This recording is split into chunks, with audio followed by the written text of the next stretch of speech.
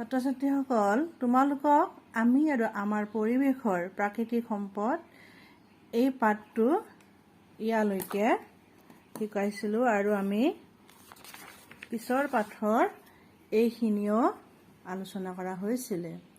আজি তোমালোকক জলজ সম্পদৰ বিষয়ে আলোচনা কৰিম। চাই যাবা আৰু মই কৈ যাম, শুনি যাবা। ব্ৰহ্মপুত্ৰ আৰু বৰাক অসমৰ দুখন প্ৰধান নৈ। আমাৰ অসমখনৰ দুখন ডাঙৰ নদী আছে। এখন হ'ল ব্ৰহ্মপুত্ৰ নদী, এটা হ'ল বৰাক নদী। এইখন অসমৰ মেপ। এইটো হ'ল অসমৰ মাজেৰে বৈ গৈছে ব্ৰহ্মপুত্ৰ নদী আৰু এইটো হ'ল বৰাক নৈ। এই নৈ দুখনৰ বহুতো উপনৈ আছে।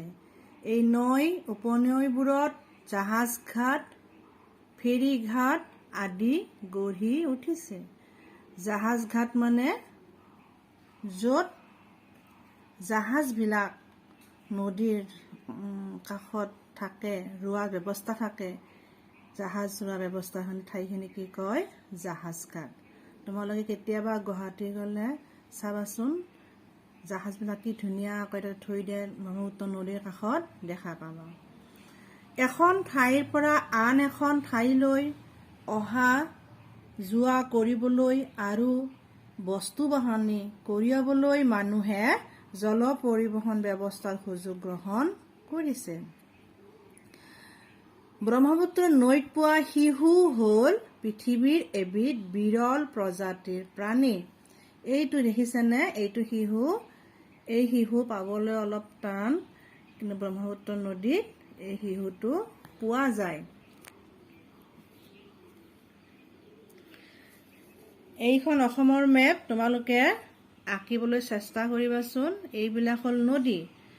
এইটো ব্ৰহ্মপুত্ৰ নদীত এই চম্পাৱতী নৈৰ পানী এটা পৰিছে। মানাস নদী, পাগলাদিয়া, পুঠিমাৰী, জীয়াধনশিৰি, জীয়াভৰলী, সোৱণশিৰি, দিহিং, লোহিত, বুঢ়ীদিহিং, দিখৌ, ধনশিৰি, কপিলী, সোণাই, ধলেশ্বৰী, কৃষ্ণা, এনেকৈ বহুতো উপনৈ ইয়াত পৰিছে। গতিকে এতিয়া প্ৰশ্ন এটা দিছে তোমালোকক, ব্ৰহ্মপুত্ৰ নৈৰ উত্তৰ দিশে থকা উপনৈ কেইখনৰ নাম কি?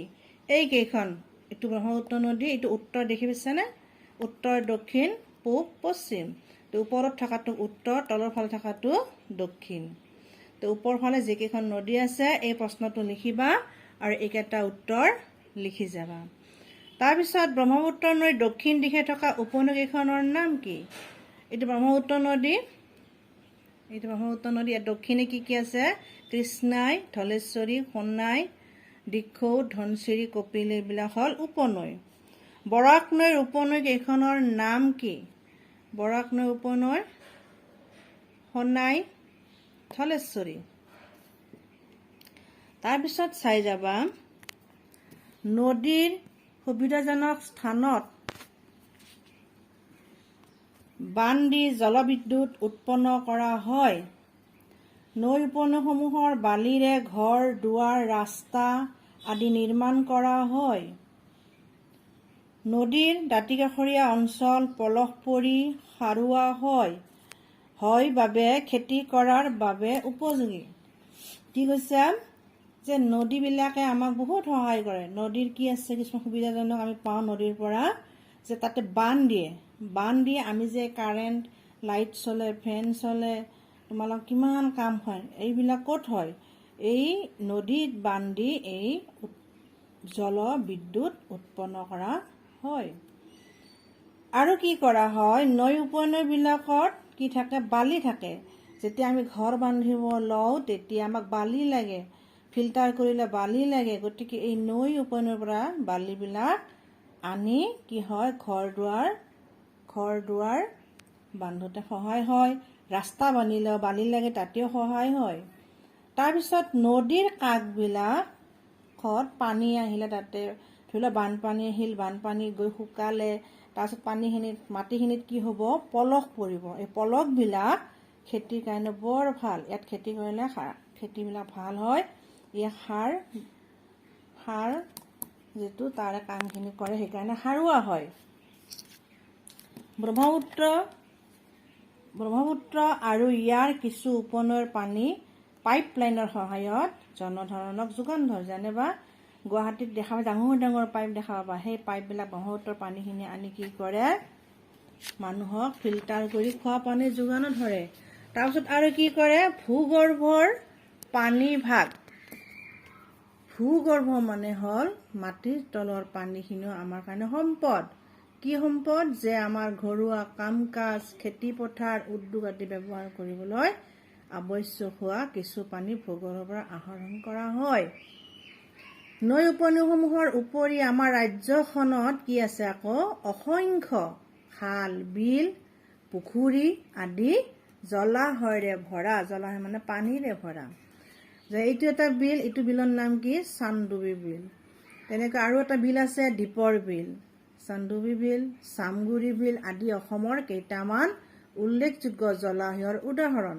তোমাক যদি সুধো যে কেইটামান বিলৰ নাম কোৱা, তেতিয়া কি ক'ব লাগিব? দীপৰ বিল, চান্দুবি বিল, চামগুৰি বিল। বনৰীয়া প্ৰাণী, চৰাই চিৰিকটি আদিয়ে এই জলাশয়বোৰৰ পানী খাই পিয়াহ পলুৱায়। এতিয়া তাত এই বিলবিলাকত জীৱ জন্তু কি কৰে? পানীবিলাক খায়।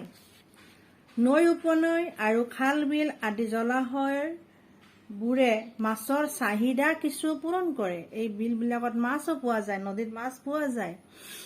কিছুমান লোকে মীন পালন কৰিও জীৱিকা নিৰ্বাহ কৰে। ধৰি লোৱা মাছ পুখুৰীত দিলে, মাছ ডাঙৰ হ'ল, বিক্ৰী কৰিলে, তেনেকৈ তেওঁলোকৰ পৰিয়ালটো মাছ বেছিয়ে পৰিয়ালটো পোহপাল দিয়ে। গতিকে এইটো তেওঁলোকৰ কি, মীন পালন। মীন মানে হ'ল মাছ পালন কৰি জীৱিকা নিৰ্বাহ কৰে।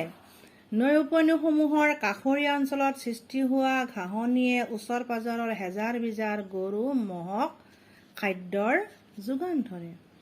আৰু এটা আমাক সহায় কৰে, কি বোলে, তাত কিছুমান সৰু সৰু ঘাঁহ হয়, আৰু সেই ঘাঁহবিলাক কোনে খায়? আমি ঘৰত পোহা গৰু ম'হবিলাকে খায়। নৈ উপনৈ চৰ চাপৰি অঞ্চলবোৰত প্ৰচুৰ পৰিমাণে বিভিন্ন ধৰণৰ শাক পাচলিৰ খেতি হয়। সাধাৰণতে নগৰ চহৰৰ ব্যস্ত জীৱনৰ পৰা আঁতৰি মানুহে কেতিয়াবা প্ৰকৃতিৰ সান্নিধ্যত কটাবলৈ ভাল পায়। সেইবাবে জলাশয়সমূহৰ ওচৰে পাজৰে শীতকালত মানুহে বনভোজ খাবলৈ যায়। বনভোজ মানে পিকনিক। পিকনিক ক'লে সহজে বুজি পোৱা। গতিকে মানুহে ঠাণ্ডা দিনত কি হয়, এইবিলাকত চান্দুবি বিল বা দীপৰ বিল এইবিলাক ঠাইত কি কৰে, বনভোজ খাবলৈ যায়। এইখিনি ভালদৰে আকৌ পঢ়িবা এবাৰ আৰু বুজি ল'বা। আজি আমি এইখিনিতে এৰিলোঁ। পিছলৈ আমি কৃষিজাত সম্পদটো পঢ়িম, আৰু যিকেইটা প্ৰশ্ন দিছোঁ এইকেইটা লিখিবা।